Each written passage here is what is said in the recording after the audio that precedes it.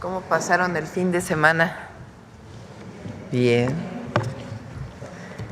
Bueno, bien, muy bien, muy emotivo el viaje en el Tren Maya y realmente quedó espectacular este último tramo. Hicimos 6 horas de Palenque a Chetumal. Pensamos que, bueno, nos habían dicho que iban a ser más de 7 horas, pero no. Se hicieron 6 horas y ya faltan algunas cuestiones menores, pero ya está listo todo el recorrido. Ahora lo ponemos en un ratito. Bueno, hoy nos informa Mario Delgado de los avances de la beca Rita Cetina para todas y todos los estudiantes de secundaria pública. Está Citlali Hernández también, secretaria de las Mujeres, para informarnos, y lo vamos a firmar, el decreto de todas las leyes secundarias relacionadas con la incorporación de la igualdad sustantiva en la Constitución de la República. Y está el doctor Arturo Saldívar para informarnos del cierre de esta primera etapa de los inscritos, las inscritas para participar en la elección al Poder Judicial. Y vamos a iniciar con quienes quieren los precios de Iván Escalante, así que vamos rápido, breves, concisos y precisos. Adelante, Iván.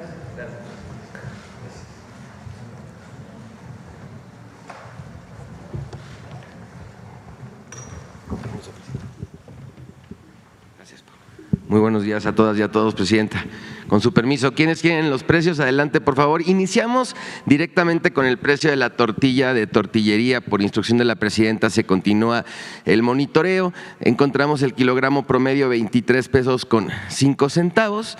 Determinamos, son varios indicadores que se utilizan para este monitoreo, que sea un local fijo, que tenga una máquina de elaboración de tortilla y que expendan tortillas por kilo con una báscula calibrada. La más barata que encontramos fue en Puebla, Tortillería San Ramón, en 13 pesos kilo. Le vamos a dar una palomita. Y la más cara, Tortillería Luis Orsi, en la colonia Valderrama, en Hermosillo, Sonora, 32 pesos kilo, tache. La que sigue, seleccionamos 3 ciudades importantes, como lo hemos estado haciendo. Puebla, la más barata que ya comentamos antes, palomita. La más cara de Puebla, La Providencia, en la colonia Centro, 21 pesos kilo, tache. En Naucalpan, Tortillería La Estrella, 19 pesos, palomita. Y la más cara, en la colonia Santa Cruz, Acatlán, la tortillería con el mismo nombre, 22 pesos, tache. Y en Ciudad Juárez, Tortillería Ceilán, 20 pesos kilo, palomita. Y tortillería se llama Villahermosa, pero está en Ciudad Juárez, tache, 26 pesos. Adelante, por favor. Ahora vamos a dar la información de cuánto cuestan las gasolinas más caras y más baratas. El promedio de la regular, 23 pesos con 97 centavos. El promedio de la premium, 25 pesos 39 centavos. Y el promedio del diésel, 25 pesos con 67 centavos. Adelante, por favor. Vamos a dar a conocer la más barata que hemos encontrado en nuestro monitoreo. Esta la ubicamos en de la marca Shell en Puebla, 22 pesos con 20 centavos. Le vamos a dar una palomita y aquí se puede consultar por cada una de las regiones que determina Pemex en su distribución cuánto cuesta la gasolina más barata por cada una de las regiones en nuestra página de internet. Adelante, por favor. La más cara de la gasolina regular la identificamos en Petro 7, en San Pedro Garza García, en 26 pesos con 65 centavos el litro, tache. Y lo mismo, pueden consultar toda la información completa en el sitio. Adelante, por favor. De las gasolinas premium, la más barata, Pemex en Coatzacoalcos, Veracruz, 22 pesos con 56 centavos litro, palomita. Y aquí todas las más caras por cada una de las regiones. Adelante, por favor. La más cara de premium, Chevron en León, Guanajuato, 27 pesos con 99 centavos, tache. Adelante. Y en cuanto a diésel, el más barato, 23 pesos con 80 centavos por litro en Valero, Puebla, palomita, aquí toda la información de las diésel más barato por cada una de las regiones. Adelante, por favor. Y el diésel más caro, G500 en San Pedro Mixtepec, Oaxaca, 27 pesos con 70 centavos litro, tache. Adelante, por favor. Vamos a presentar una nueva, esta es una sección única, vamos a dar una información muy importante para todas las personas consumidoras de telefonía celular, quienes quieren los gigas, dato por dato, giga por giga. Adelante, por favor.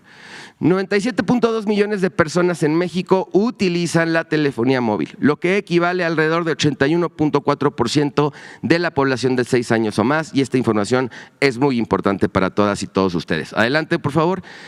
Planes de prepago, fichas o recargas de 200 pesos, ¿quién da más por tu dinero? Tenemos casos como los proveedores Telmóvil, CFE, New dan entre 40 a 15 gigas y los que menos dan por el mismo monto 3.5 gigabytes para que puedan navegar por 200 pesos. Adelante, por favor. Por una recarga o una ficha de 500 pesos, tenemos 3 proveedores que dan 100 gigas y tenemos a un proveedor que da 6 gigas nada más. Entonces es muy importante que lo consulten y que verifiquen y hagan sus comparativos. Estos precios son sin considerar alguna oferta o alguna promoción que de repente algunas de las empresas ponen por alguna temporada. Adelante. Y estos son los planes de pospago. Las únicas 3 empresas que tienen plan tarifario, los más baratos o los planes de menor costo, 164 pesos a 299 pesos y dan más o menos la misma cantidad de gigas, y algunas empresas cobran el consumo controlado, es decir, si no te quieres pasar de lo que contrataste, te ponemos un bloqueo, pero te cobramos un poco más. Adelante, por favor. Y estos son los planes más caros de cada una de las compañías, que van de los 559 pesos a los 1,449 pesos. Movistar dice que son datos ilimitados, efectivamente, pero al momento de llegar a los 20 gigas empieza a disminuir la velocidad de las descargas. Adelante, por favor. Bien, estamos terminando. Estos son los consejos Profeco de la semana. Consulta el monitoreo de precio de tortilla en nuestra página de internet. El precio promedio de la gasolina regular es de 23 pesos con 97 centavos y puedes consultar qué plan y qué telefónica te da más datos por tu dinero. Ahí están nuestras redes sociales. Muchas gracias, muy buenos días. Listo. Ahora, Mario, aquí.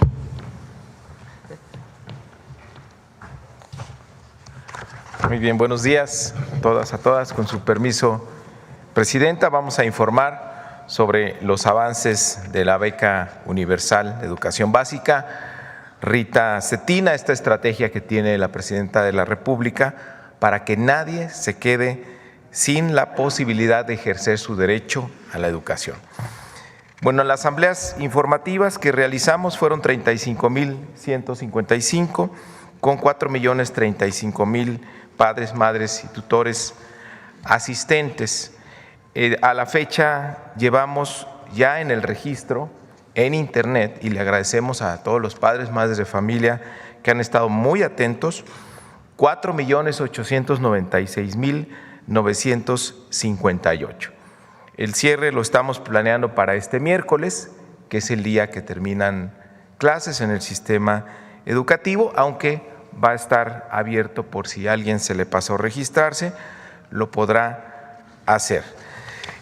Vamos a dejar de hacer asambleas porque los servidores de la educación, que les envío un saludo y agradecimiento a quienes han hecho posible este extraordinario esfuerzo, a partir del 19 y lo que resta del año, se van a dedicar a organizar las tarjetas que ya nos entregó el Banco del Bienestar, para que a partir del 20 de enero podamos iniciar la estrategia de entrega en asambleas nuevamente en las secundarias. Vamos a regresar, vamos a tener otras actividades también paralelas que nos ha pedido la Presidenta de la República en estas asambleas con los padres de familia en las secundarias. Aprovecho de una vez para informar sobre la beca universal en media superior, las Benito Juárez. También vamos a ir a las preparatorias, es una nueva estrategia del 10 al 21 de febrero y el registro se abre del 10 al 28 también en línea para los nuevos becarios, para los nuevos jóvenes que ingresaron a media superior en este ciclo escolar que arrancó en agosto pasado. Y por último, los jóvenes y los jóvenes que están en educación superior, jóvenes escribiendo el futuro, el registro para los nuevos será del 17 al 28 de febrero. Decir también que aquellos que se rezaguen en la Rita Cetina, a la hora de ir a las asambleas en las secundarias, si a alguien se le pasó a inscribirse, bueno, ahí lo vamos a inscribir y le vamos a dar su beca, que nadie se quede sin tener su beca. Esa es la encomienda que nos ha dado la presidenta. Aprovecho para desearle lo mejor en este fin de año a toda la comunidad educativa, a los maestros, a las maestras, a los padres, madres, tutores de familia, a los administrativos de las escuelas y, por supuesto, a los alumnos y las alumnas. Muchas gracias. Mario, si no se registraron. Si a alguien se le pasa el registro a la hora de ir a la asamblea en la secundaria, al entregar las tarjetas a partir del 20 de enero, pues ahí lo vamos a registrar. De todos modos, se cierra este 18 porque los servidores de la educación ya no pueden andar en asambleas porque tienen que organizar las tarjetas para las entregas.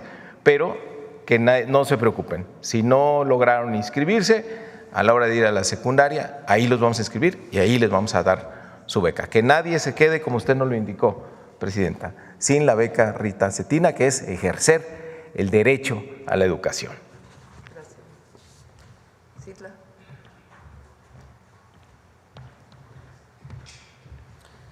Gracias, presidenta. Con su permiso, buen día a todas, a todos. Como hemos informado en los distintos espacios en esta mañanera, la presidenta de la República presentó una serie de reformas, son las primeras que presenta y dan cuenta del compromiso con las mujeres de México. Ya se aprobaron, como le hemos informado, todas las reformas constitucionales, que son el marco que le da vida a estas nuevas reformas que también ya fueron aprobadas, que me permito presentarlas de manera muy rápida. Reiterar, son en materia de igualdad sustantiva, que juzgadores y personas que se dedican a la seguridad pública tengan perspectiva de género. Se garantiza y se fortalece el derecho a las personas, a las mujeres, a una vida libre de violencias y, por supuesto, se fortalece y se conceptualiza la erradicación a la brecha salarial. Siguiente. Entonces, bueno, se reforman 7 leyes, ya se habían reformado 7 artículos constitucionales, se reforma la Ley General para la Igualdad entre Hombres y Mujeres, la Ley General de Acceso de las Mujeres a una Vida libre de Violencia, el Código Nacional de Procedimientos Civiles y Familiares, el Código Nacional de Procedimientos Penales, la Ley General del Sistema Nacional de Seguridad Pública, la Ley Federal del Trabajo, y la Ley de los Trabajadores al Servicio del Estado, reglamentaria del apartado B del artículo 123 constitucional, y esto abre pues también puerta a que los congresos locales homologuen ya en la materia tanto con las reformas constitucionales como con estas reformas. Siguiente. Bueno, ya, como saben, se presentó los primeros días de octubre y hoy con la firma de la presidenta estaría ya acabando todo el ciclo de estas reformas. Siguiente. Muy rápido, en la Ley General para la Igualdad entre Hombres y Mujeres se reforman diversos artículos, se define la brecha salarial como la diferencia de retribución salarial por razones de género en la realización de un mismo trabajo, a igual trabajo, igual salario. Se establece que pues las políticas públicas del Estado mexicano deben encaminarse a garantizar la igualdad entre hombres y mujeres en todos los ámbitos de la vida cotidiana de las personas, y se establece también el despliegue de políticas públicas para erradicar la brecha salarial en razón de género y se establece para ello un certificado de igualdad de género y no discriminación. Siguiente. En la Ley General de Acceso de las Mujeres a una Vida libre de Violencia se modifican también varios artículos. Se establece que esta ley, digamos, es la reglamentaria del artículo 4, donde se establece los deberes reforzados del Estado mexicano para garantizar una vida libre de violencias hacia las mujeres, como la presidenta lo hizo cuando fue jefa de gobierno. Se establece que el agresor salga de casa, que no sean las mujeres cuando viven violencia las que salgan, sino que el agresor salga del hogar. Se crea, esto es muy importante, el Registro Nacional de Medidas y Órdenes de Protección de las Mujeres, Adolescentes, Niñas y Niños, y pues el objetivo es tener un registro de quienes manifiestan a alguna autoridad una violencia y poder prevenir una violencia mayor. Ha habido desorden o no la mayor coordinación de esos registros. Se crea este Registro Nacional, se faculta a la Secretaría de Seguridad y Protección Ciudadana para implementar este Registro Nacional y a la Secretaría de las Mujeres para poder acompañarlo. Siguiente. Y en el Código Nacional de Procedimientos Civiles y Familiares, esto también es algo que nuestra presidenta encargó con mucha importancia, se modifican 2 artículos que establece medidas de protección para las mujeres, para niñas y niños, y que, digamos, conceptualiza lo que se ha conocido como violencia vicaria, que se considera en la ley como cualquier acto u omisión que con el objetivo de causar perjuicio o daño a las mujeres se dirige contra las hijas o hijos, familiares o personas allegadas, ya sea que se tenga o se haya tenido relación de matrimonio o concubinato, o que mantenga o se haya mantenido una relación de hecho con la persona agresora. Lo anterior aplica incluso cuando no se cohabite en el mismo domicilio. Siguiente. Y el Código Nacional de Procedimientos Penales, donde también se faculta a los policías, a los ministerios públicos, a atender estas órdenes de protección que se ejercen cuando una mujer pues va con una autoridad y manifiesta que ha vivido violencia. Se realizan medidas de protección y pues se faculta, digamos, a que todas las autoridades no digan pues no me compete, sino más bien se involucren, y se establece la supletoriedad de la Ley General de Acceso de las Mujeres a una vida libre de violencia en materia de delitos relacionados con la violencia de género. Eso significa que si una persona juzgadora, como pasó en el caso de Diego N., no tiene un tipo penal para juzgar, pues que se remita a la Ley General de Acceso para poder juzgar con perspectiva de género. Y finalmente, bueno, pues se fortalece también en la Ley General del Sistema Nacional de Seguridad Pública esta creación del Registro Nacional de Medidas y Órdenes de Protección y la garantía de las mismas, ¿no? Me parece que son todas. Bueno, y la Ley del Trabajo, donde también ya se establece la brecha salarial. Finalmente, presidenta, con estas reformas, con la aprobación que le da vida también a la Ley de la Administración Pública y le da vida a la Secretaría de las Mujeres, yo pienso que estamos listas para seguir cumpliendo con lo que nos has encargado. No reiterar que ya hemos estado al pendiente de distintos casos de violencia y de promoción de la igualdad, y con este marco constitucional toca a los estados también legislar en la materia, y seguiremos con lo que nos has encargado para proteger y defender a las mujeres. Les cuento. Gracias. Ernestina, ¿quieres comentar?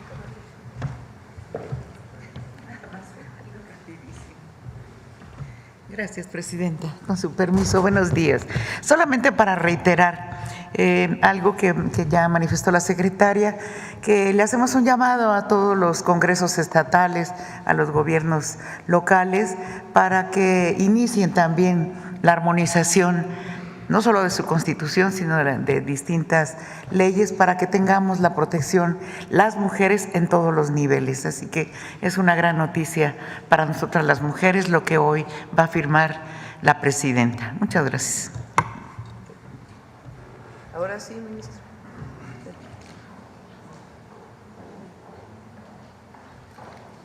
Con su permiso, presidente. Buenos días. En seguimiento de la práctica que hemos tenido de informar a la sociedad los avances que llevamos para la instrumentación de la reforma judicial, la que sigue, por favor. Hemos concluido la etapa de revisión de los requisitos de elegibilidad de las y los aspirantes. Durante esta etapa, una vez que concluyó el registro, hemos revisado los 18,744 expedientes, uno por uno, con mucho cuidado, con mucha responsabilidad, para que todos y todas los que se registraron y que reunían los requisitos formales puedan pasar a la siguiente etapa. La que sigue, por favor. El resultado que tuvimos fue de 11,015 personas que cumplen con los requisitos formales para continuar en el proceso. 7,432 personas fueron descartadas porque no reunían los requisitos o no acompañaron la documentación que se exigía en la convocatoria. La que sigue, por favor. Este es una gráfica donde ustedes pueden ver que tenemos un número suficiente de personas en los diferentes cargos para poder seguir avanzando en este procedimiento. Aquí pueden ustedes ver por género, por ejemplo, en la Suprema Corte tenemos 228 aspirantes, 61 mujeres, 160 hombres, 2 personas no binarias. Para el Tribunal de Disciplina Judicial, 183, 75 mujeres, 108 hombres y 0 personas no binarias, y así viene cada uno de los cargos. Vean ustedes cómo también se logró incrementar mucho el tema de género, aunque hay mucho más hombres inscritos, tenemos en principio suficientes mujeres que pasaron esta etapa. La que sigue, por favor. En esta gráfica pueden ustedes ver el número de aspirantes que están ya con requisitos de elegibilidad para cuántas personas necesitamos. Por ejemplo, para ministros o ministras de la Corte tenemos 228 personas. ¿Cuántas requerimos en principio para la insaculación? 90, de los cuales quedarían 27 para 9 cargos que se tienen que ocupar, y así para el Tribunal de Disciplina Judicial, 183 aspirantes, 50 personas para insacular, quedarían 15 para 5 vacantes en el cargo. Es muy importante establecer que en esta etapa no quiere decir que todo aquel o aquella que hayan tenido los requisitos de elegibilidad son aptos para poder estar en la lista de los 90 y ser insaculados. Tampoco quiere decir que el comité tenga necesariamente que reunir 90 personas aunque no haya perfiles adecuados. Una cosa es la cuestión formal y ahora es la cuestión sustantiva. La que sigue, por favor. Y esta cuestión sustantiva nos va a llevar a que de aquí al 31 de enero analicemos cuáles son los perfiles, las personas más idóneas para cada uno de los cargos. En una primera etapa, la que sigue, por favor, vamos a analizar cada uno de los que han pasado y cada una de las que han pasado esa etapa, cuál es su probidad, su honestidad, su trayectoria académica, su trayectoria profesional, su experiencia, su fama pública, el ensayo que presentaron, etcétera. Tendremos que hacer un examen muy cuidadoso para a partir de aquí poder decidir quiénes pasan a la etapa de entrevistas. Esperemos durante todo el mes de enero estar abocados a tener las entrevistas necesarias para que podamos determinar los mejores perfiles. La que sigue, por favor. Tenemos una gran responsabilidad. Tenemos que analizar en este momento cuáles son los perfiles idóneos. Este listado, como ustedes saben, se depurará una vez que pasen las entrevistas en una insaculación para que la titular del Poder Ejecutivo pueda hacer llegar la lista que ella apruebe al Senado de la República. La que sigue, por favor. Estamos trabajando con mucha intensidad. Los integrantes y las integrantes del Comité de Evaluación del Poder Ejecutivo estamos conscientes de lo que se juega en este proceso electoral de personas juzgadoras. Tenemos un compromiso para arribar a un poder judicial diferente, más cercano, más humano, con mayor sensibilidad social, más honesto y que no esté comprometido con las élites económicas o con los poderes fácticos, sino con la justicia y con el pueblo de México. Nos estamos tomando esta labor con una absoluta seriedad porque sabemos lo que implica. La presidenta ha dicho que la reforma judicial es una de las reformas más transformadoras en la historia de México y así es. Nos estamos jugando en esta etapa donde vamos a analizar los perfiles idóneos, el futuro y el éxito de esta reforma. Afortunadamente tuvimos registros en abundancia, tenemos también un número muy importante de personas que han cumplido los requisitos formales. Ahora nos toca analizar y esperemos que tengamos también personas suficientes con los perfiles idóneos para los cargos que tenemos que desempeñar. La que sigue. ¿Ya? Bueno, la que sigue era el agradecimiento. Quiero agradecer a la presidenta una vez más, a la presidenta Claudia Sheinbaum, todo el apoyo para este comité, para que podamos estar funcionando como lo hemos hecho. También agradecer a la secretaria de Gobernación, Rosicela Rodríguez, su apoyo ha sido fundamental, de Pepe Merino de la Agencia de Transformación Digital, que ha sido fundamental para que nuestros sistemas tecnológicos funcionen y estar en tiempo y forma entregando los resultados, y obviamente a la consejera jurídica Ernestina Godoy, quien siempre ha estado muy cerca de nuestros trabajos. Muchas gracias, tengan confianza de que seguiremos trabajando con responsabilidad, con seriedad, para cumplirle al pueblo de México en esta encomienda tan trascendente. Muchas gracias. Gracias, presidenta.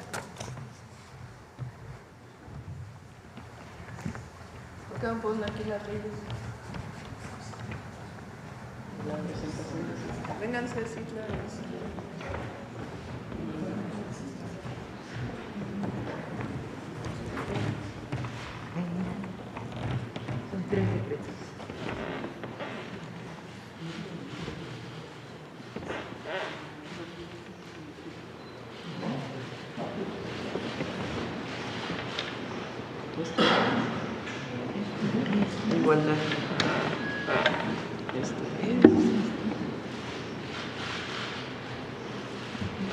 Igualdad y una vida libre.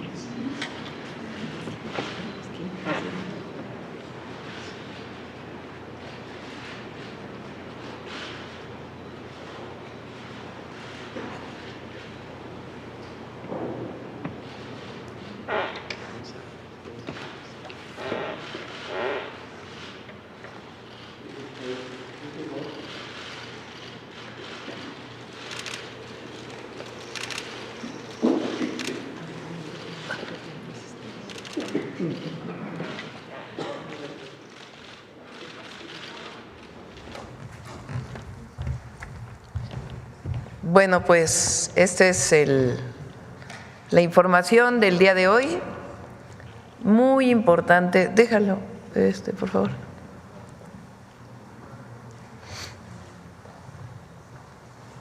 Son 4 ejes muy importantes de estas leyes secundarias que protegen y fortalecen a las niñas y los niños y a las mujeres en nuestro país.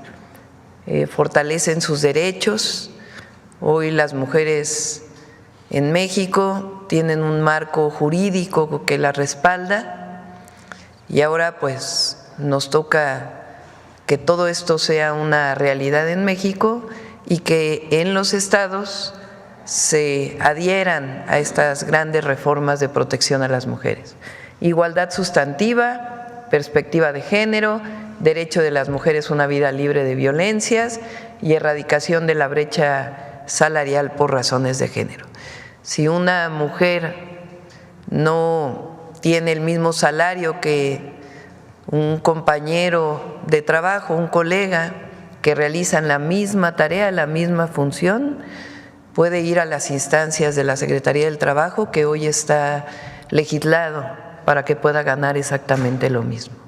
De igual forma, para proteger a las mujeres frente a cualquier tipo de violencias, hoy hay una legislación que las protege y tenemos que fortalecer ahora a las fiscalías y a las policías para que esto sea una realidad.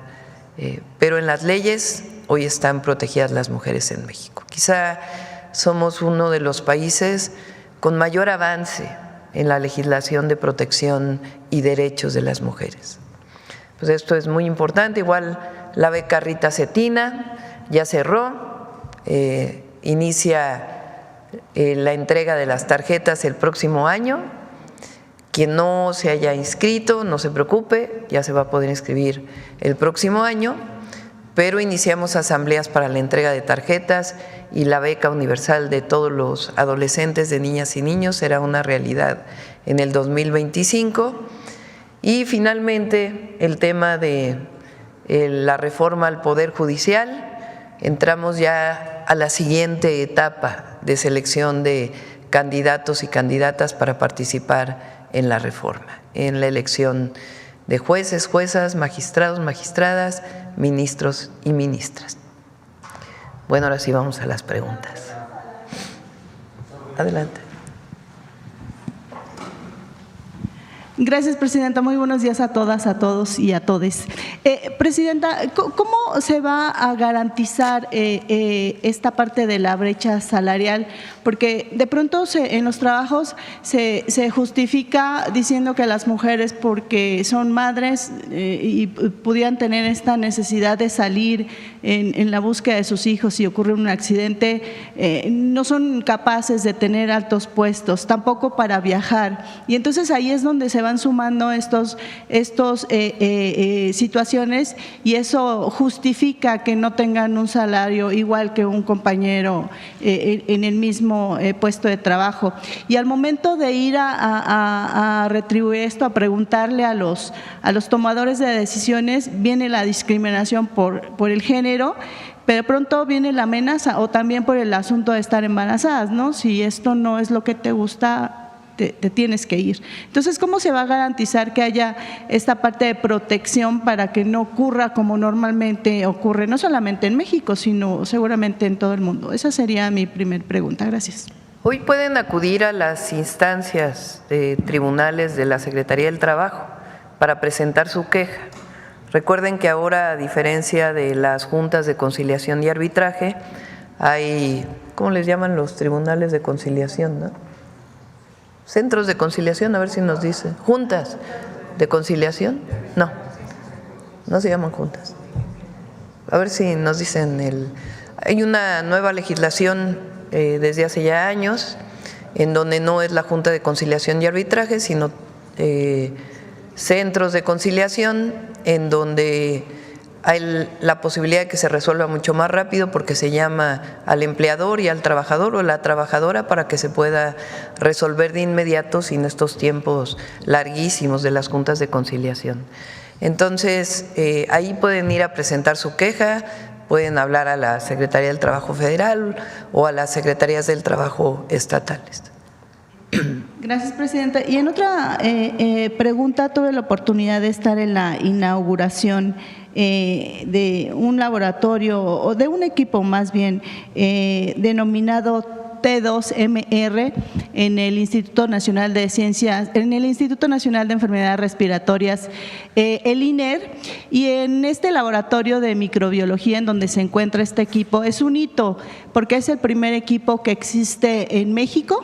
Es el único equipo que existe en América Latina, los otros equipos existen en Estados Unidos y en Europa, y lo que hace este equipo, a diferencia de los cultivos que tardan 72 horas en realizarse estas pruebas para las infecciones nosocomiales, estas infecciones que ocurren en los hospitales, este equipo entre 4 y 6 horas aproximadamente puede determinar algunas de las enfermedades más comunes, como las cándidas que ocurren habitualmente en los hospitales, y también estas klebsielas, que hay muchas muchas, no solo la oxitoca, también la Klebsiella pneumoniae. Entonces yo quisiera conocer, Presidenta, si están pensando en la posibilidad de que este equipo se replique en otros institutos o en algunas zonas importantes del país, porque nos decía el experto y también la directora general que de pronto sí se pueda poder tener colaboraciones entre otros institutos y hospitales, pero el problema es la tardanza, ¿no?, de que pudiera la muestra correr riesgos durante el traslado, o también la movilidad de un lugar a otro pudiera hacer que esto se tarde, y esto determina la gravedad del paciente y la imperiosa necesidad de recibir tan pronto sea posible en el resultado del tratamiento. ¿Qué hay al respecto, Presidenta? Si quieres, si gustas, le hacemos la consulta al doctor Kersenovich y a Alejandro Schwartz y a las distintas instituciones para conocer los programas de ampliación de este equipo que comentas. Gracias, Presidenta. Y finalmente preguntarle, la Organización Mundial de la Salud considera que tener salud, o la definición de salud, implica la ausencia de la enfermedad. Años después han determinado que abonarle como el tema de la salud mental, es decir, tener un equilibrio entre la mente, el cuerpo y el espíritu es importante. Entonces han hecho del concepto de la salud algo más robusto. En ese sentido, yo quisiera preguntarle, detenerme un poquito en el tema de la salud mental, preguntarle, Presidenta, si están pensando adicionar a la campaña de salud mental que se ha hecho durante el sexenio del expresidente Andrés Manuel López Obrador y que seguirá o sigue con ustedes, el de código suicidio, todas las secosamas que existen con atención gratuita para quienes viven con enfermedades mentales o adicciones. Yo quisiera saber si están pensando en hacer algún tipo de campaña para eliminar la discriminación que sufren las personas que viven con una enfermedad mental, para también ayudarle a todas estas personas a que también tienen derechos, también tienen necesidad de laborar y que no sean discriminadas por esto, que no haya estigmas al que vive con salud mental, porque estamos acostumbrados a pensar que si alguien se duele, se adolece de la cabeza o del estómago, es completamente normal. Pero ¿qué pasa cuando la mente enferma? Entonces son estigmatizados, señalizados y no tienen derechos, y a veces los corren de los trabajos por esto, o simplemente ya no cuentan socialmente. Entonces, ¿qué puede haber al respecto? Si estarían pensando, si sería bueno, perdón el atrevimiento, para estas personas, y también pensar en el bullying. Desafortunadamente México ocupa uno de los primeros lugares en América Latina en el bullying. Entonces, no sé si sería recomendable que a la par de estas asambleas de entrega de las tarjetas Rita Cetina, particularmente en secundarias, pero también vamos a trabajar en la educación media superior, en distintas campañas y formación, educación para una vida sin discriminación de ningún tipo, y también para evitar el consumo de cualquier droga. Entonces, el próximo año, el día 6, si no me equivoco, o el 7 de enero, vamos a presentar la campaña, el nuevo formato de campaña contra las adicciones. Y ahí estamos revisando, además de el tema del consumo de drogas, pues lo que tiene que ver en general con la salud mental. No necesariamente están totalmente vinculados, es decir, hay personas que tienen problemas de salud mental que no necesariamente consumen alguna droga, pero estamos aprovechando la campaña para fortalecer el sistema de atención a las personas que tienen algún problema de salud mental. Entonces, a partir del próximo año inicia todo este proceso de campañas, y vamos a aprovechar también para orientar a la campaña de fomento a la lectura en el país. Es decir, son distintas campañas que se van a aprovechar a través de estas asambleas. Entonces, si gustas, el de este martes en 8 viene, no sé, ya es 24 de este martes en 8, es 23, no me acuerdo. 24 ya, bueno, el 24 los vamos a dejar descansar. Pero después de esto ya presentamos toda la campaña de salud mental, adicciones, para la protección particularmente de las y los adolescentes, aunque no solamente.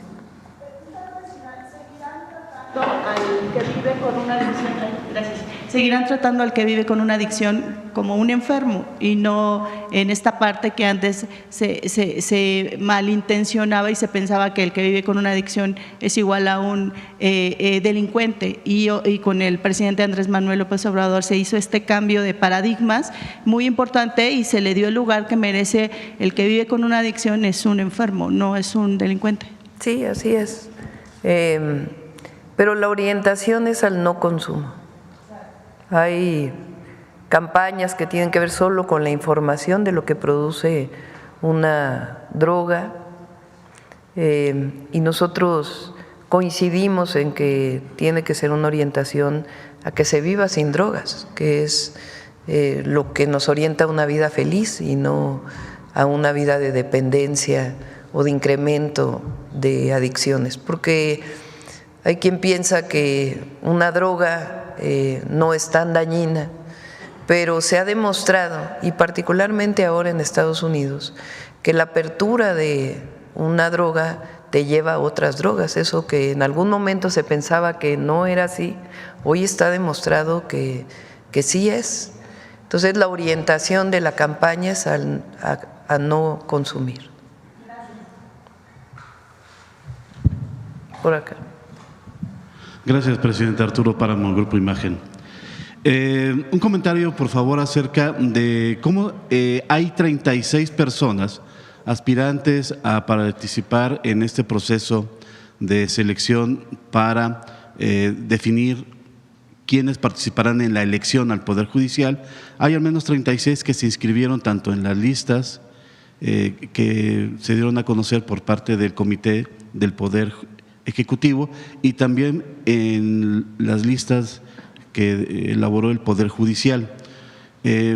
¿Es válido esto? Usted nos comentaba hace unos días que iba a esperar a este momento para poder dar una opinión acerca de esta gente que está buscando en las dos listas. Y también un comentario si nos puede hacer acerca de cómo el Poder Legislativo pues no ha dado a conocer todavía sus listas.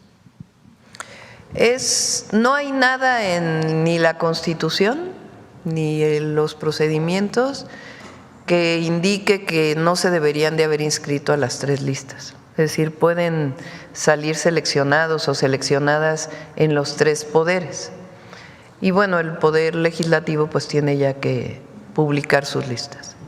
Habíamos comentado hace unos días, bueno, usted había comentado acerca del nepotismo. ¿Esto no llevaría a esta práctica en caso de que prosperen estos nombres de esas personas? ¿No se caería en esa práctica que se quiere desterrar del Poder Judicial? Digamos que hay algo distinto si la persona participa en una elección a que si es nombrada por la supuesta carrera judicial. De todas maneras, mi opinión personal es que no deben participar familiares. Pero bueno, la selección depende de estas tres comisiones, la del Legislativo, la del Ejecutivo y la del Judicial. Hasta ahora lo que se revisó es que cumplan con lo que dice la Constitución, el 8 de promedio, el 9 de promedio, que tengan cartas de recomendación, que su título esté registrado en la Dirección General de Profesiones, que tengan su ensayo, es decir, que todos los requisitos que están planteados en la Constitución se cumplan. Ahora ya inicia el procedimiento para hacer una revisión de cada uno de los que se inscribieron y a partir de ahí pues ya la definición final de quienes participarían en la selección al azar para poder participar finalmente en la elección ya por el pueblo. Segunda pregunta, presidenta. Publicamos hoy en el periódico Excelsior una nota acerca de cómo el 60% de los trabajadores no han recibido el pago del aguinaldo. ¿Habría alguna sanción para empresas o simplemente un llamado para que se cumpla con esa obligación empresarial? Sí, no sé de dónde obtuvieron esta información. En la encuesta de ENOE se publica el número de gente que sí lo ha recibido y también la gente que no tiene todavía este pago. Bueno, pues hay que ver la encuesta del ENOE de qué periodo es, pero de todas maneras hay que hacer un llamado porque es un derecho de las y los trabajadores recibir su aguinaldo y en caso de que no sea así, también que se presente la queja para que haya las sanciones correspondientes.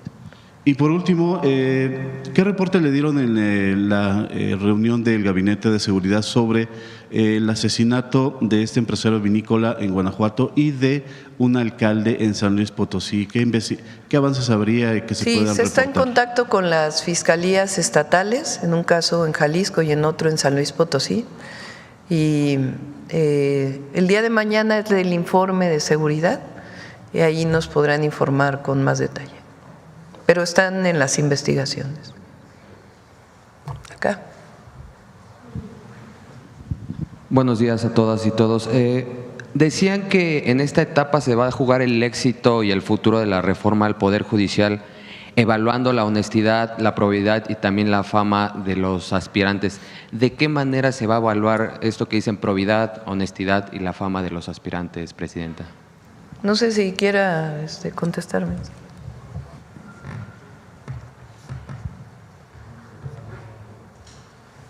A diferencia de los otros comités, en el Comité del Poder Ejecutivo dejamos un espacio abierto para poder valorar con mucha sensibilidad cada una de las personas. Esta no puede ser una elección en el comité meramente tecnocrática, como es el modelo que ha venido dominando el Poder Judicial en México.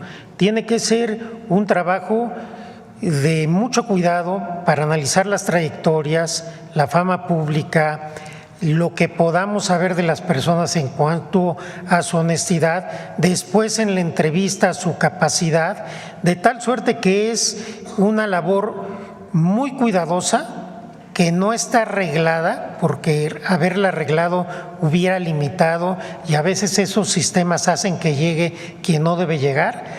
Ser un buen juez no basta saber derecho.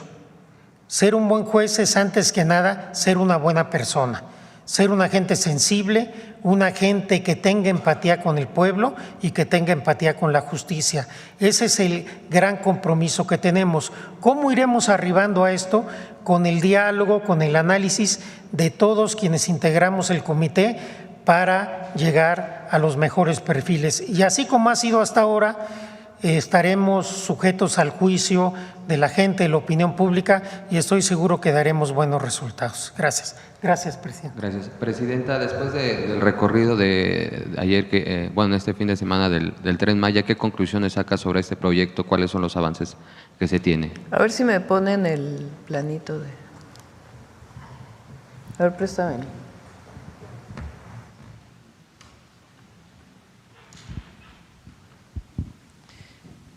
Ya uno puede comprar su boleto para poder hacer todo el recorrido.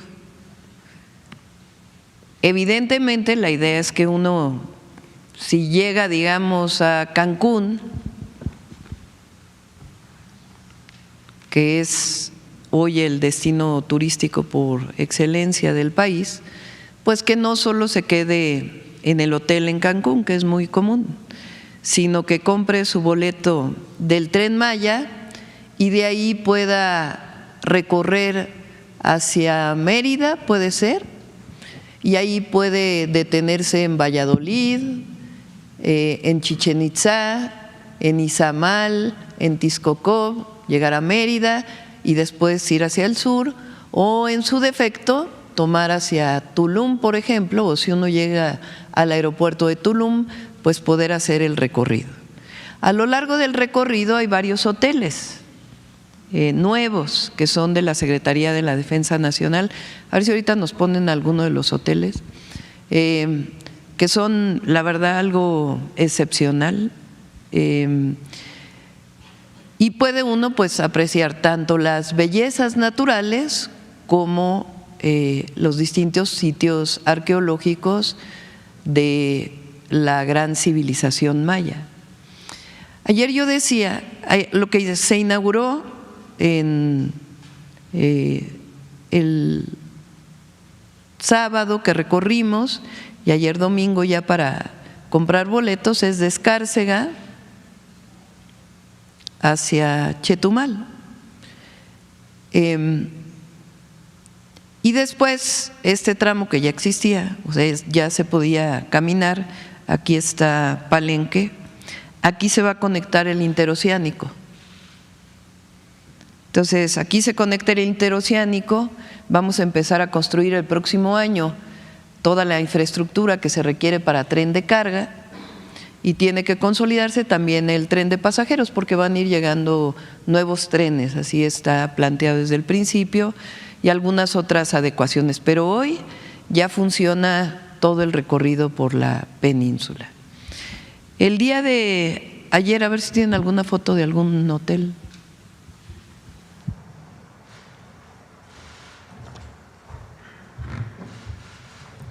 Además, en cada sitio arqueológico, con el proyecto Promesa, además de la restauración, tienen centros de atención a visitantes. Entonces, se ordena la entrada al sitio arqueológico, tienen sus tiendas para artesanías, para que los artesanos y artesanas que trabajan o que han trabajado desde hace tiempo puedan estar ordenados a la entrada, se puede ordenar la entrada. Entonces, realmente es algo excepcional, es todo un corredor, no solamente es el propio tren. Yo ayer decía que el Tren Maya pues es uno de los grandes legados del presidente Andrés Manuel López Obrador y tiene muchos significados. El primer significado es el reconocimiento de la cultura maya. Esta idea de que llegaron los españoles y trajeron la civilización, pues es totalmente errónea y equivocada, y lo único que lleva es a dar permanencia a la discriminación que llegó con la colonia. La civilización maya, la cultura maya, la nación maya es una de las más extraordinarias culturas de todo el mundo. Su conocimiento de las matemáticas, de la astronomía, de la arquitectura y la visión que tenían tanto de la terrenal, digamos, como de sus dioses, pues hacen una conjunción excepcional. Y eso es lo que se muestra a los mexicanos y a las mexicanas y al mundo entero. Por eso yo decía que además de de que se muestra la riqueza cultural de México, que somos potencia cultural, se vincula con los mayas y las mayas o con la cultura maya de hoy. Porque esta idea de que desaparecieron los mayas es falsa. Los mayas siguen en la península. Ahí están y están resistiendo y resistieron todo en contra de quererlos aniquilar.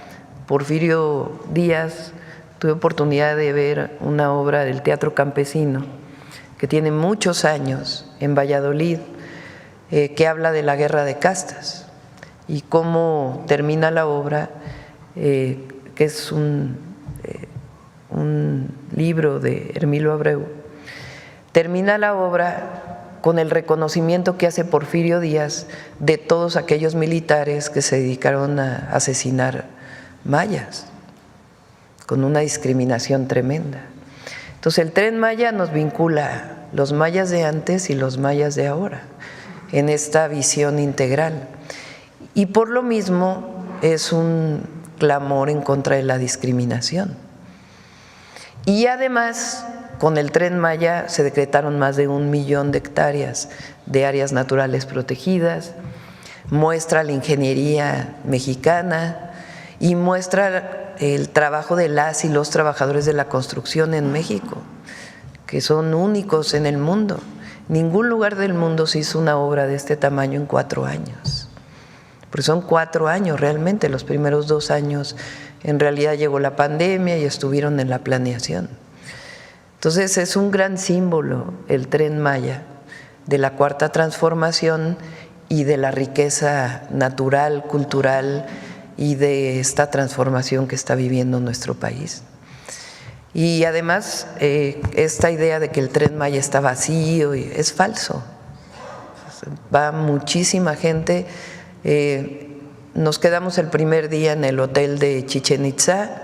Todavía no se abría formalmente y ya había huéspedes, porque anunciamos en la mañanera que se iba a abrir. Entonces es realmente una obra extraordinaria. Fíjense, ese es uno de los hoteles. Hay unos que tienen una visión de lejos, a ver si… Vamos a pedir, en enero vamos a invitar, miren nada más.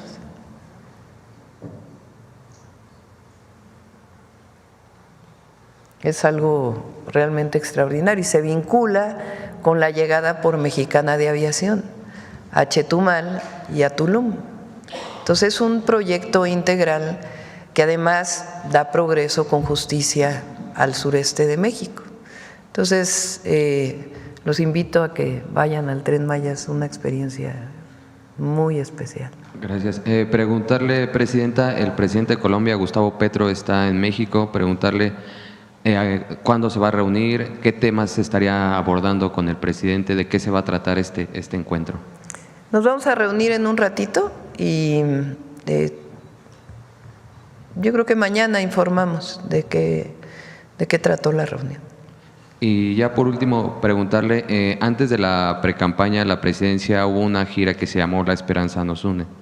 En esa gira usted hizo un llamado a la unidad después de que recibió el bastón de mando de la Cuarta Transformación y se logró avanzar hasta la elección del 2 de junio. Sin embargo, esa unidad que se llegó a ver en ese proceso electoral, pues parece que no se está dando en los primeros meses de su mandato, y lo digo por esta situación que se ha dado con el senador Adán Augusto y el diputado Ricardo Monreal, que tienen una disputa prácticamente por el tema de dinero. ¿Qué llamado le haría y qué conclusiones, cuál es el saldo que está sacando de esta disputa que está viviendo entre estos dos líderes de las bancadas morenistas? Ellos tienen claro lo que significa el movimiento y la transformación.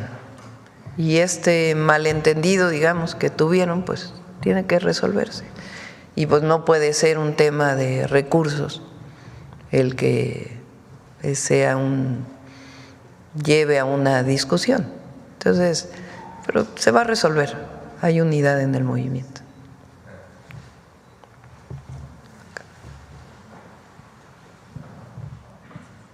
Gracias, Presidenta. Isa Osorio, de Telemundo. Además del asesinato del alcalde de un municipio de San Luis Potosí y el empresario de Guanajuato, el estado más violento del país, ya van 5.559 homicidios, de acuerdo con el reporte diario de homicidios dolosos que hace el equipo interdisciplinario de Sedena, Marina y la Fiscalía. Usted presentó hace unos meses el Plan Nacional de Seguridad.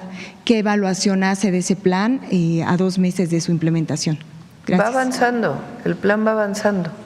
El día de mañana es el informe de seguridad, informamos cada 15 días de los resultados. La estrategia de seguridad consta de 4 ejes: atención a las causas, que siempre va a ser nuestra máxima, de que la paz y la seguridad son fruto de la justicia. Y además de los programas de bienestar, de mejorar el nivel de vida de las y los mexicanos con el salario y otras acciones, además del programa Jóvenes Construyendo el Futuro, de las becas, de la ampliación de los programas de bienestar, que hoy la mayoría ya son derechos en la Constitución. Significa también un programa que vamos a presentar el día de mañana de construcción de paz en los territorios, que está a cargo de la Secretaria de Gobernación y la Subsecretaria de Prevención del Delito de la Secretaría de Seguridad Ciudadana, o de Seguridad y Protección Ciudadana. Entonces es atención a las causas. El segundo es más y mejor Guardia Nacional, el fortalecimiento de la Guardia Nacional, y pedimos recientemente en los estados que asuman esta estrategia para que a su vez consoliden a las policías estatales. con mejores salarios, mejores condiciones de trabajo y al mismo tiempo la capacitación, formación y que no haya este vínculo que todavía queda en algunos lugares de delincuencia y seguridad en las policías estatales. Y después entraríamos a las municipales. Después viene la inteligencia y la investigación. Ya se aprobó la constitucionalidad de la reforma al 21 constitucional y vamos a presentar en enero la ley del sistema de seguridad pública, del sistema de inteligencia e investigación para la seguridad pública y también algunas modificaciones a la ley de seguridad. Y además estamos fortaleciendo pues todas las capacidades de inteligencia y investigación del Estado mexicano para la seguridad pública. Y finalmente la coordinación, que estamos trabajando en ello. Ya se han dado resultados en algunos lugares y vamos a seguir dando resultados en la atención a las causas y en disminuir la impunidad en México, que ese es el objetivo.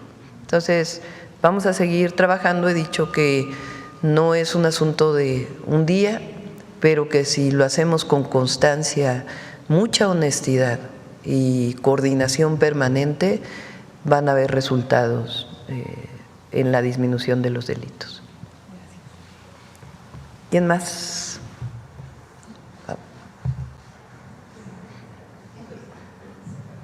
Gracias, Presidenta. Jesús Pérez, de Revolución 3.0. Me gustaría insistir en el tema de la disputa pública que la semana pasada hubo entre el Senado y los diputados, porque mientras el senador Adán Augusto López acusa que es un tema de reducción porque se terminó con negocios añejos y incluso de proveedores transeccionales, algunos relacionados con Emilio Gamboa y otras personalidades, en respuesta el diputado Monreal asegura que solo son infundios, afirmaciones falsas y que solo es un tema de austeridad.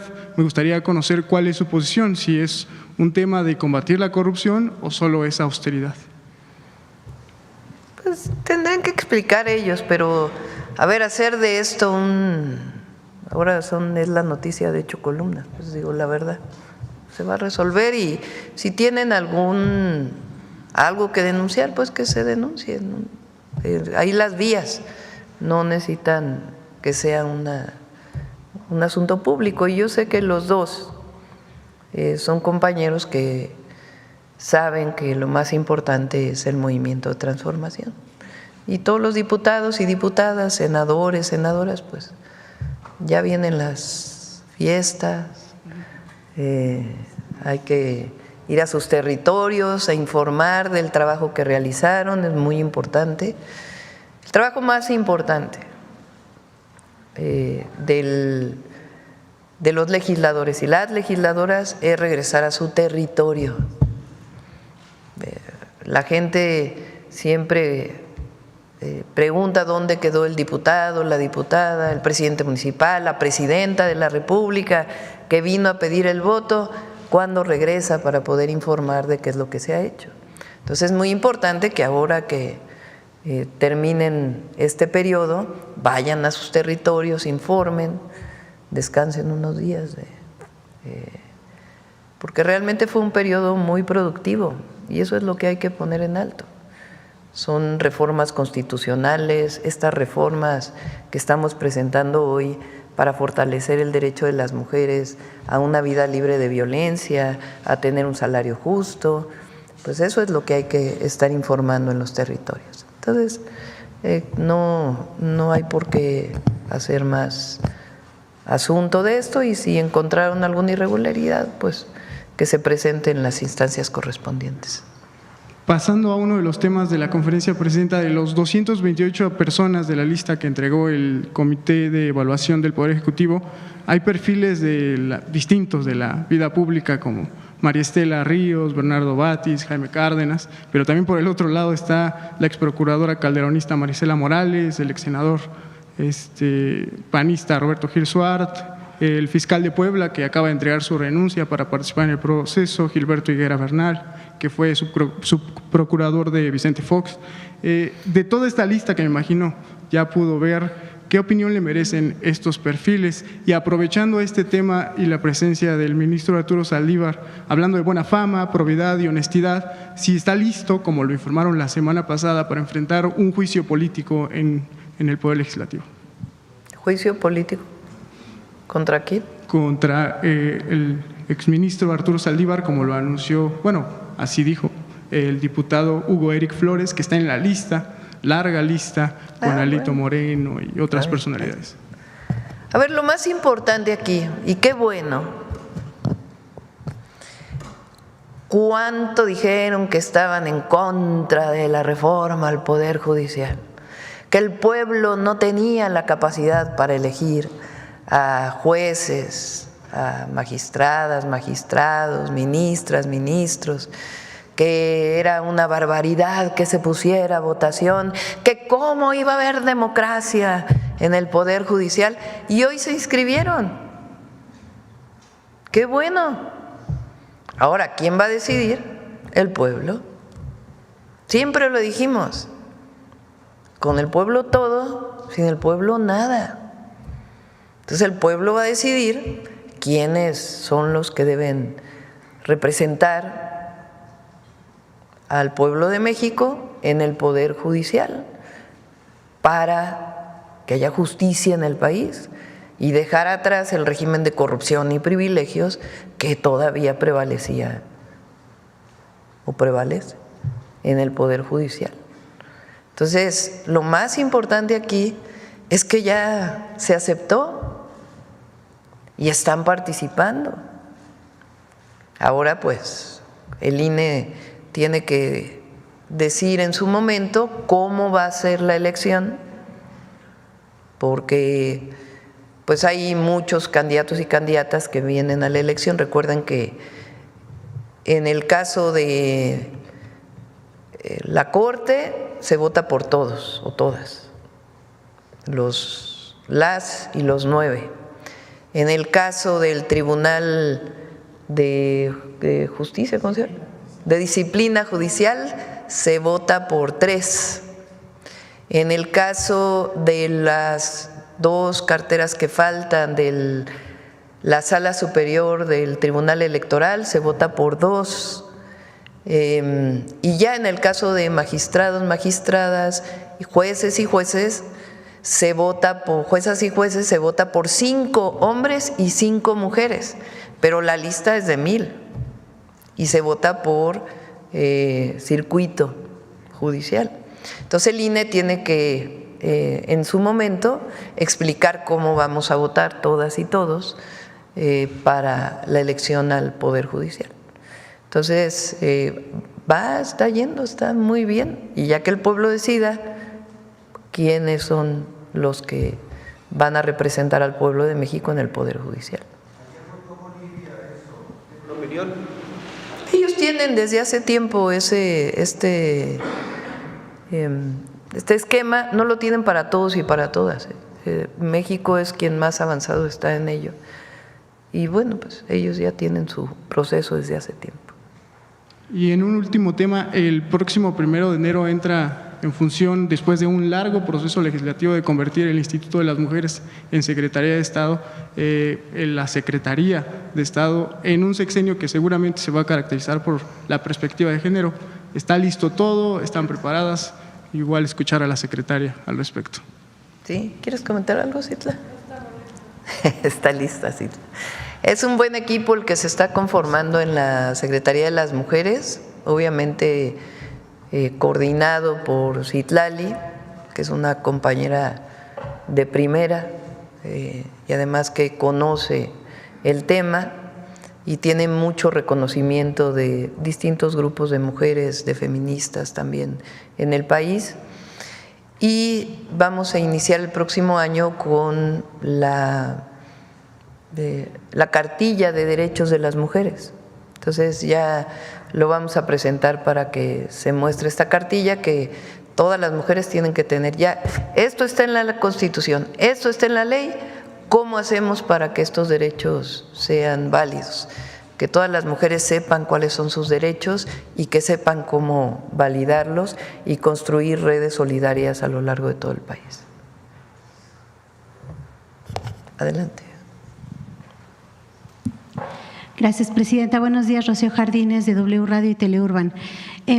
Presidenta, nos comenta esto que está ocurriendo con los coordinadores de la bancada de Morena en las dos cámaras. Sin embargo, pues se están sumando otras voces, han salido pues a tratar como de tomar partido, algunos ya llamando al respeto, y también hubo un llamado incluso de Alfonso Ramírez Cuellar, vicecoordinador de Morena, que está planteando una reforma al Congreso precisamente para que exista fortalecer la fiscalización de los fondos, dice él. Sin embargo, ¿usted considera que realmente se necesite eso o que realmente a lo mejor usted necesite hacer un llamado a que también haya esta cabeza fría que se necesita en las cámaras? Pueblo, pueblo, pueblo, que nunca se les olvide quién los eligió. Nunca. Su responsabilidad es con el pueblo, no con los otros diputados o diputadas. Por eso mi llamado a nuestros compañeros del movimiento es: regresen a sus territorios, no permanezcan tanto tiempo ahí en la Cámara. Digo, tienen la función de legislar, pero váyanse al territorio, ahí van a escuchar realmente las necesidades del pueblo. Y vayan a informar. Fíjense, 18 reformas constitucionales, leyes en un periodo de 2 meses y medio. Entonces hay que ir a informar a la gente, que se conozca qué fue lo que se legisló, que el pueblo esté cerca de sus diputados, diputadas, que ellos estén cerca del pueblo. Eso es lo más importante. Así no decía cuando estaba en la Secretaría de Medio Ambiente y me tocó también coordinar la construcción del segundo piso, ya ven que está este dicho que dice: se sube en un ladrillo y se marea. Hay que estar siempre a ras de suelo para nunca marearse. Pero decía un policía que era el jefe de tránsito, fue el jefe de tránsito muchísimos años, y cuando nos quedamos noches enteras ahí en la construcción del segundo piso, pues platicábamos mucho con mucha gente, y él estaba a cargo de desviar el tránsito y demás, y me dijo un día: no, doctora, no se suben a un ladrillo, se suben al papel de su nombramiento y se marean. Entonces no hay que marearse, hay que estar a ras de suelo, siempre. Y lo más importante es estar cerca de la gente, siempre. No hace falta reforma en el Congreso, presidente. Pues ya que ellos lo decidan, pues, pero realmente lo importante aquí son las reformas que pasaron, informarle a la gente, regresar a su territorio. Algunos vienen de listas plurinominales, pero también pertenecen a un territorio. Entonces regresen a informar, a trabajar, a escuchar a la gente, cuáles son las preocupaciones, las necesidades, y así pues se van a liberar de cualquier mal pensamiento. Gracias, Presidenta. También saber su opinión y saber si usted tiene información. Hay un caso que estamos dando seguimiento en W Radio por unas explosiones en tuberías de gas en Tamaulipas, donde la única proveedora es la empresa Engie, una empresa que es francesa, y que bueno, hay denuncias en este estado de que al parecer existe complicidad entre el gobierno estatal con esta empresa porque no se ha atendido a las personas afectadas. Fue un caso que incluso tocó el presidente Andrés Manuel López Obrador. Empezaba a darse un acercamiento con las familias, sin embargo se detuvo, Presidenta. Las familias pues siguen gastando en su tratamiento físico. Tenemos el caso al que le estamos dando mucho seguimiento, es Atalia Martínez y su familia, que bueno, ya lleva muchísimas operaciones debido precisamente a las consecuencias de estas explosiones. Bueno, saber si ustedes van o si ya tienen información al respecto, si van a darle algún seguimiento. Las explosiones han sido diversas. En 2022, en 2023, recientemente también hubo otra explosión. ¿Y qué hará su gobierno, Presidenta, para evitar este tipo de corrupción? Gracias, Presidenta. Bueno, no lo catalogo como corrupción. O sea, habría que ver exactamente qué pasó. Es muy sensible Américo Villarreal. Entonces vamos a pedirle a Rosa Isela y la Comisión de Víctimas que pueda ver exactamente qué pasó y siempre atender a las familias. ¿Hasta ahorita no le han dado información de la? No tengo información, pero lo revisamos. Antes de que vaya a acabar la conferencia, porque es importante, ha estado en los medios y se envió una reforma a la ley del Infonavit. Va a venir Octavio Romero el miércoles. Mañana es información del reporte de seguridad, el informe de seguridad, y el miércoles viene a explicar claramente en qué consiste esta reforma a la ley del Infonavit. Número 1, todas y todos los que tienen sus ahorros en el Infonavit para vivienda están totalmente resguardados. Esta idea que, bueno, no idea, estas publicaciones que sacan unas personas absolutamente irresponsables de que ahora están en problemas los ahorros de las y los trabajadores, falso. Están totalmente seguros y eso no va a cambiar. Al contrario, ya presentamos 2 acciones muy importantes de Infonavit para que gente que sigue pagando sus casas ya pueda tener sus escrituras, para que se reduzca la cantidad de dinero que estaban pagando, que cada vez aumentaba más, tanto para aquellos que lo hicieron en cierto periodo como otro periodo. Entonces, se está facilitando a las y los trabajadores el pago de sus viviendas. Y el fondo del Infonavit está seguro.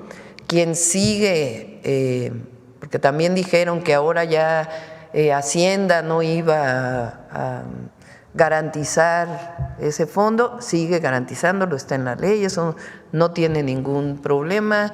Hoy lo revisa la Comisión Bancaria y de Valores y Hacienda va a decir exactamente cuáles son las normas y se va a cuidar todo, porque como dan préstamos, pues tienen que tener todas las reglas que tiene los bancos. Entonces, esas normas las define Hacienda. ¿Qué es lo que se está haciendo? Equiparando su estructura orgánica a la del Instituto Mexicano del Seguro Social, que también es un organismo tripartita. El Consejo del Infonavit sigue siendo tripartita, donde participan la patronal o los empleadores, las y los trabajadores a través de su representación sindical y el gobierno. Sin embargo, en el esquema como funcionaba el Infonavit había direcciones al mismo nivel del director general de sindicatos y representaciones de empleadores. Y ahora se está equiparando al Instituto Mexicano del Seguro Social. Las razones de por qué se está haciendo esto es para la propia gobernabilidad. Ahora le llaman gobernanza muy pomposamente a la gobernabilidad de una institución. Y se fortalece la conducción. Pero las decisiones las siguen tomando los 3 sectores en el Consejo. Y también va a presentar el miércoles algunos casos del pasado de corrupciones que hubo en su momento en el Infonavit, producto de esta estructura. Ahora ya nada más les adelanto la representación. Entonces el miércoles lo va a presentar.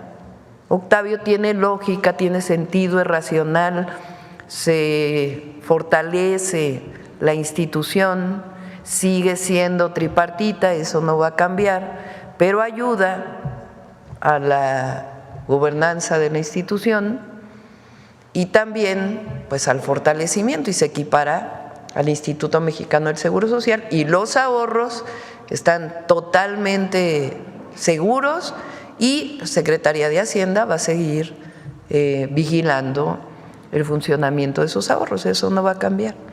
Lo aprobó senadores y ya pues están pidiendo que se explique claramente qué es lo que tiene, y pues va a haber su periodo de explicación sin ningún problema, pero es una legislación que va a ayudar al Infonavit. Y además se crea la empresa constructora del Infonavit, que además no va a construir el 1,000,000 de viviendas, pues una empresa no tiene esa capacidad, pero sí nos va a ayudar mucho a que no aumenten el precio del cemento, de la varilla, porque cuando anunciamos 1,000,000 de viviendas, pues no quiero ver a cuánto va a estar la especulación del precio de la varilla al final del 2025. Para Lezama en Quintana Roo, ahí ya acordamos las obras estratégicas, hablamos con Javier May ya nos habíamos reunido con él, pero tenemos un proyecto conjunto de vivienda, ahí hay una parte de vivienda rural y también de apoyo para la producción de ganado con crédito a la palabra, y algunos otros temas importantes. Ahí va a haber una carretera que vamos a hacer de Campeche a Tabasco. Hablamos también con Eduardo Ramírez, que lo habíamos visto en Chiapas, pero todavía estaba Rutilio, entonces no habíamos tenido oportunidad de hablar de los proyectos estratégicos. Él quiere hacer pues esta carretera que tiene muchísimos años buscando que se haga, y él pues ya ha llegado a acuerdos con las comunidades que atraviesa el estado. En fin, otros proyectos importantes. Entonces, aprovechamos las 6 horas ahí para trabajar.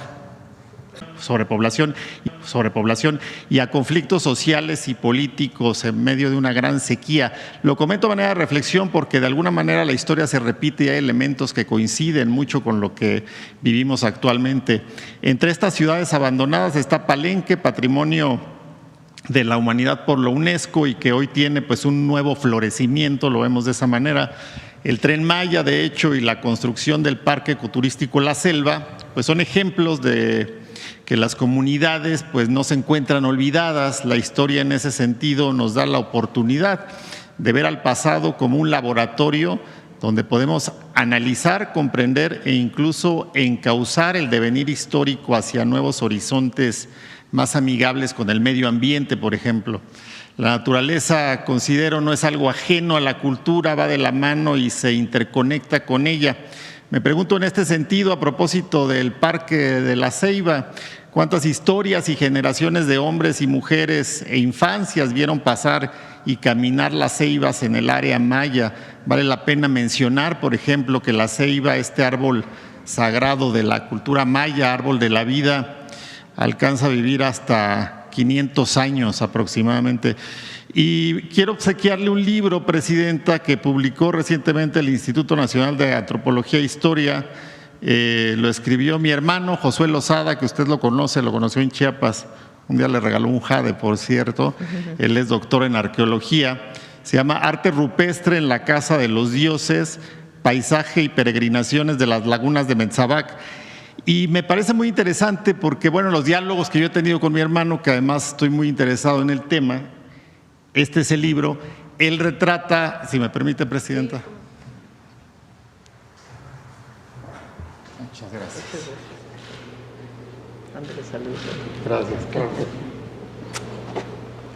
Si me permite, Presidenta, normalmente la historia de lo que se ha hecho con relación a los estudios de las comunidades prehispánicas están muy enfocadas en las élites, ¿no? En los religiosos, en cómo se enterraban a los antiguos gobernantes, pero poco se ha escrito con relación a la gente, al pueblo, a la gente común, y hay coincidencia con lo que pasa en este momento histórico de México, ¿no? El atender y ver al pueblo y a su gente. Este libro recoge esa parte, estos estudios de las inscripciones rupestres, que de alguna manera, me lo decía mi hermano, es como si hoy en día viéramos los periódicos, la televisión y las redes sociales, esos elementos rupestres que están ahí. Y me parece pues que es importante y fundamental que la cultura maya esté puesta y esté siendo puesta nuevamente en el centro también de la reivindicación de las culturas pues de México. Y preguntarle en este sentido, con relación a las repatriaciones, que fueron muchas las que se hicieron en el sexenio anterior y que se continúan haciendo, tengo entendido, ¿cómo continúa la política pública en función de estos pues, elementos mexicanos, prehispánicos, que están fuera del país? ¿Seguirán trayéndose sí, vamos a continuar. Justo hablábamos con Diego Prieto, hoy director del INAH, de qué área se va a dedicar justamente a esto. Estamos planteando que el próximo año es muy importante, Primero, esta idea de que las culturas, las civilizaciones son de antes y que por alguna razón se abandonaron todos los sitios arqueológicos y que ahora ya no hay, o sea, solo es el pasado, pues es falsa. Por supuesto que la llegada de los españoles, y repito, por eso el perdón, lo que trajo pues fue mucha muerte, violenta la mayoría, y la otra, aunque fue también violenta, por muchas enfermedades que no se conocían en el continente americano, o lo que después llamamos el continente americano, y que lo trajeron desde Europa. Entonces la muerte de la población en lo que hoy llamamos México, pues fue tremenda, violenta y por enfermedades. Pero la cultura maya, la cultura mexica, la tenemos hoy. Por eso hablamos de años de resistencia, 500 años de resistencia. Entonces, sí hay una ruptura provocada por esta invasión violenta, pero eso no quiere decir que haya terminado. Sin la cultura maya de hoy nunca se hubiera podido describir la escritura maya. Es una historia muy importante de cómo participaron los mayas de hoy, porque ellos hablan maya. Entonces, y de todas las culturas y pueblos indígenas o pueblos originarios de nuestro país. Entonces, no es solo lo de antes, sino lo de hoy. Eso en primer lugar. En segundo lugar, justamente para poder fortalecer el segundo constitucional, que lo que dice es los pueblos originarios tienen derechos, porque son las culturas originarias y tienen derechos sobre la tierra. Ahí en el libro del presidente, y es, supongo, por lo que platicó aquí en las mañaneras, porque no he vuelto a hablar con él, una de las partes importantes de lo que está escribiendo, y viene ahí en su libro Gracias, es que la tierra era comunal,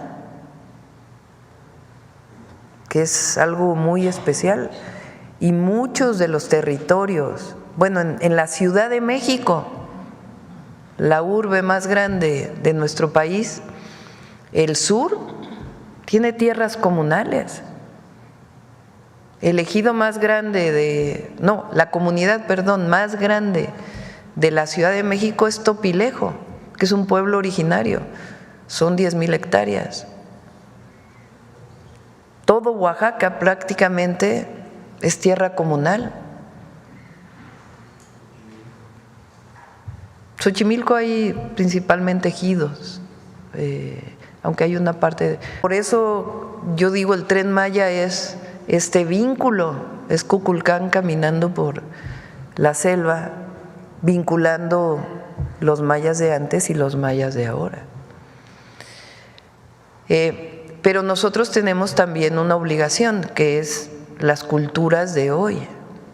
Entonces, no solamente sus derechos del segundo constitucional, sino también cómo recuperamos, potenciamos y fortalecemos las lenguas, los textiles y todo lo que está alrededor de los pueblos, devolver tierras, sus derechos de agua. Entonces, a todo eso nos vamos a dedicar también ahora.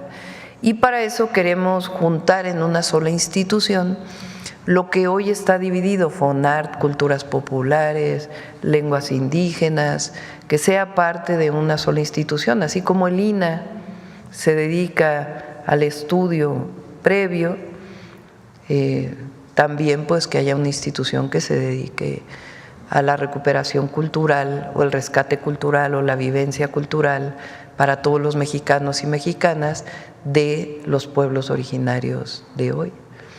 Entonces, eso es lo segundo. Y lo tercero es la recuperación, seguir recuperando todas las piezas que están en muchos países del mundo.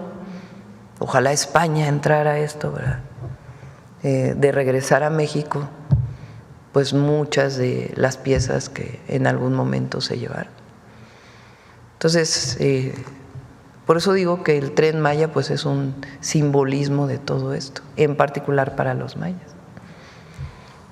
El gobernador Eduardo Ramírez anunció justamente en este evento que, como lo mencionaba usted, ya son 28, 29 comunidades con las que ha dialogado para la construcción de esta carretera Palenque Ocosingo-San Cristóbal.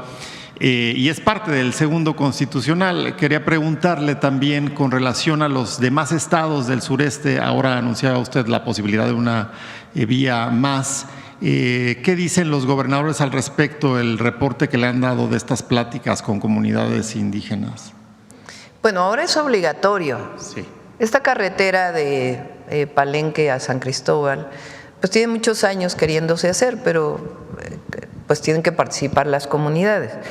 Y Eduardo, el gobernador, lo que ha planteado es que no solo participen con su asamblea diciendo sí, sí estoy de acuerdo, sino que participen en la administración de la carretera. Esa es, digamos, la novedad. No sé si ya dije algo que Eduardo no había dicho, pero en eso estamos trabajando para que pueda desarrollarse la carretera, y depende pues de las comunidades, de que en efecto se pueda, estén de acuerdo en que la carretera se lleve a cabo.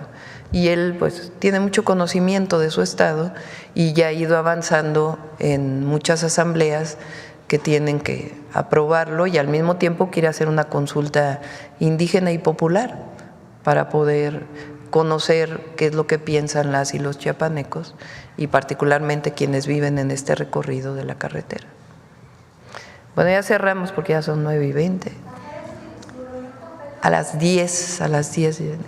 Vamos a cerrar con un especial del humanismo mexicano. Un 12 de diciembre de 1979 se produce un hecho fundamental en la recuperación de la castigada democracia en México. Se forma el Frente Nacional contra la Represión. Cerca de 50 organizaciones se reúnen en un clima político en el cual hay cientos de casos de desapariciones, asesinatos y torturas por motivos políticos. Originado en el Comité Eureka, estas organizaciones que conduce de una manera muy beligerante Rosario Ibarra de Piedra, va a convertirse en el centro focal, señalando con el dedo índice caso tras caso, tras caso, tras caso de violaciones monstruosas a los derechos humanos.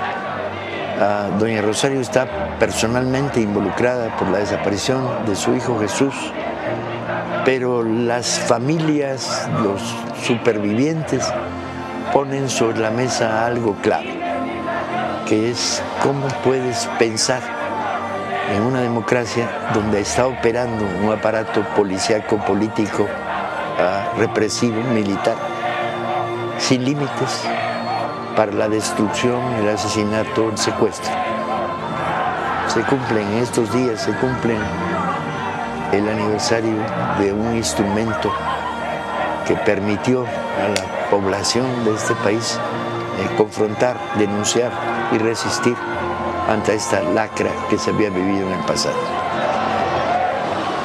Que sus ideas estén presentes siempre en el pueblo, porque luchaban por eso, y seguiremos gritando y queremos que tengan esa esperanza nuestra.